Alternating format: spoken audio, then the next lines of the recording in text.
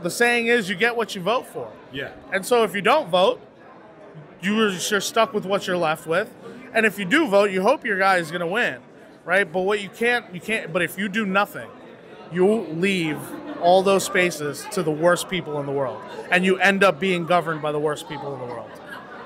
It sounds like you're saying courage is the most important virtue, because upon courage, it is all the other virtues lie.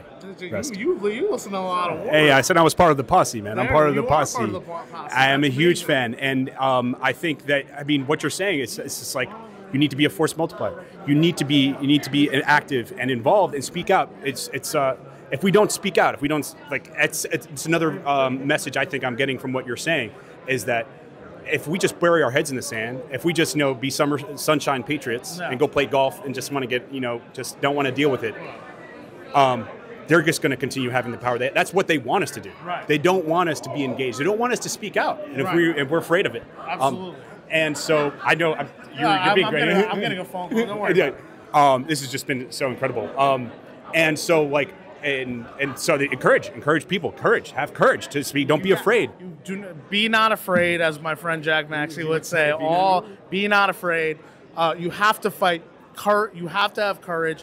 You have to have willpower. The difference between a lot of what you and your enemy end up accomplishing is willpower, right? If you have more willpower than your enemy, you will win, right? There's a lot, you could have less money, you could have less strength, you could have you could be down in all these sort of aspects or parameters, depending on what the fight is. But if the willpower, the strength to fight, the will to do it is there, you can win. I've seen men do crazy things just by wanting it way more than the fucking guy across from them. The grit, determination, and cussedness of the American. Exactly. Vish Burra, where does this come from for you in your life? My willpower? Or your desire? Look, man, I'm a child of immigrants. My father came here to this country in '79, married my mother in '89, brought her here. And my father was somebody who was kind of supposed to be a nobody back where he was from in India. And, he comes to America and then has two beautiful kids, me being one of them. Well, raises us in a beautiful home in Staten Island that he owns, right? That he worked towards. And I'm sitting there thinking, man, imagine if I'm 25 years old, I leave to a strange country and I'm told, build a family here.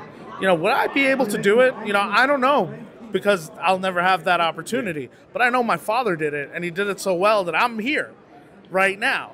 And so it's all, for me, it's like, man, I want to live up to be like the great man that my father is and how he was able to build this beautiful thing in a strange land. And I hope that I can do that too in this, which is now my homeland, right? Yeah. And that's why I hope to be as great as him in a place that I just call home. Right? Because for him, it wasn't home until he made it his home here.